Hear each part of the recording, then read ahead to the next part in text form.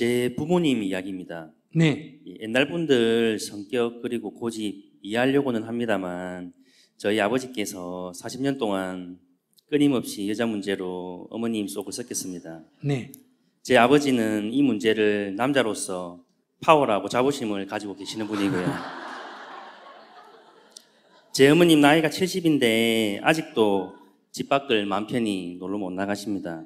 그 정도로 어쨌든가 나이가 드니까 이제는 결벽증에 잔소리까지 하시는데 자식으로 보고 있자니 도가 지나칠 정도로 어머니를 괴롭힙니다. 그래서 제가 어머니 돌아가시면 아버지 밥 누가 차려줄 거냐, 제발 이젠 조금만 성격 내려놓으라고 해도 콧방귀만 끼시고 아버지와 대화로 몇십 번을 부탁드려도 안 되는 문제입니다. 자식으로 보고 있자니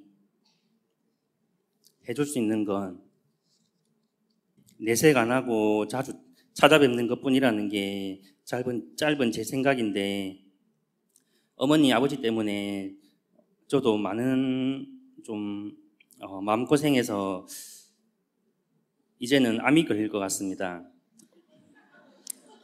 어떻게 해야 이 문제를 조금이나마 해결할 수 있을까 조언 부탁드리겠습니다. 네.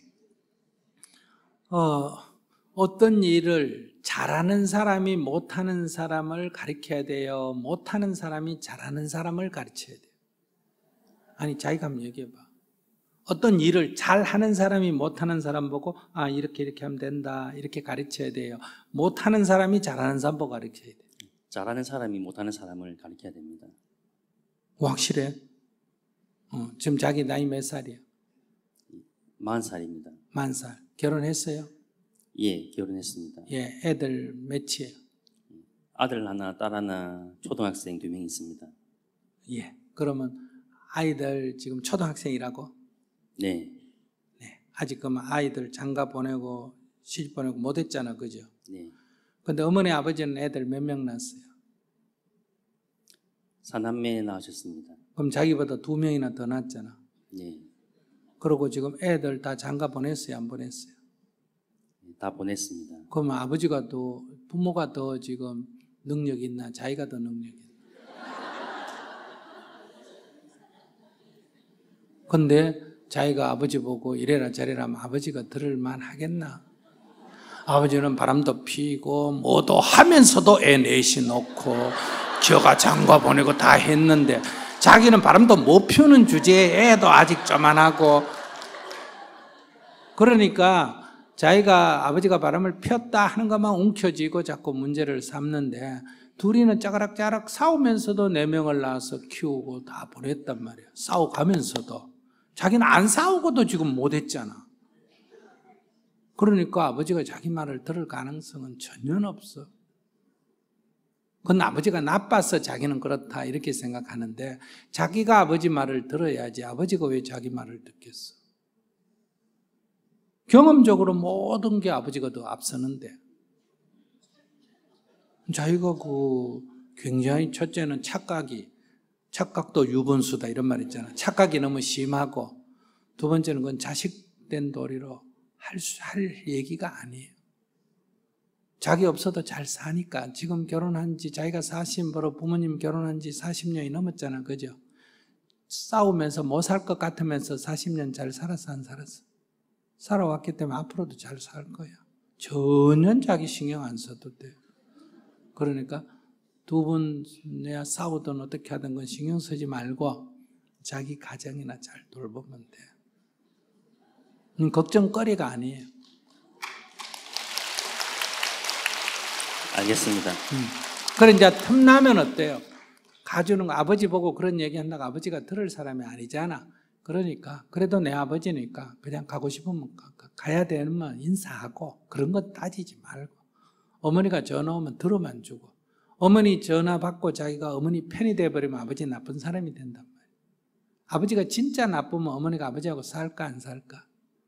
안 살아. 벌써 이혼했어.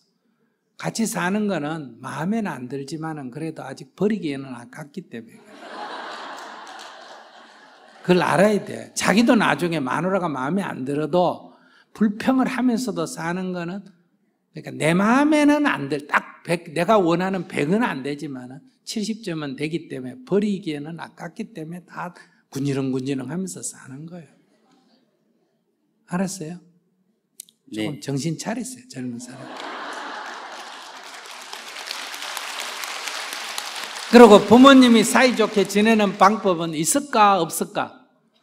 없어. 그러니까 그것도 내가 원하는 거예요. 부모님이 사이좋게 지냈으면 좋겠다는 건 내가 100을 원하는 거고, 부모님이 이혼해버리는 거는 0이라면 지금 싸우면서 사는 거는 50점은 되나 안 되나?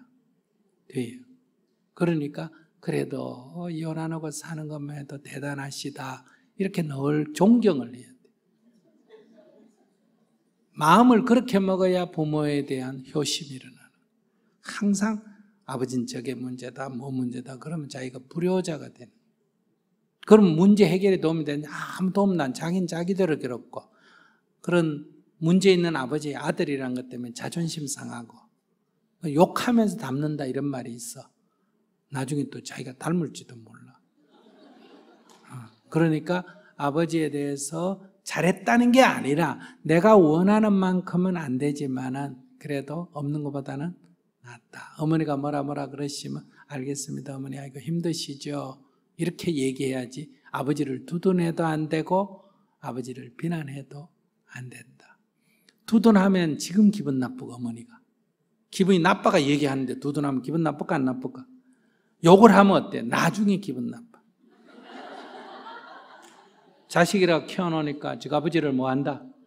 욕한다고 기분이 나빠.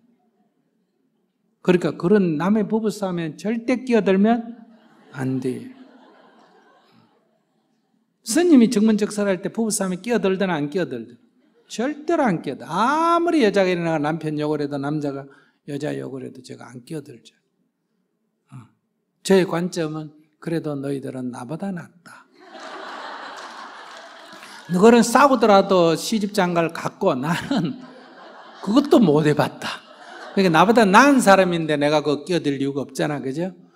그래서 그런 관점에서 얘기하니까 울고 불고 얘기해도 스님이 아무래도 그래도 나보다는 낫다. 이렇게 생각하고 바라보기 때문에. 그래서 이제 얘기하면 문제점을 이렇게 지적을 할 뿐이지 그 좋다 나쁘다 이렇게 접근하면 안 돼.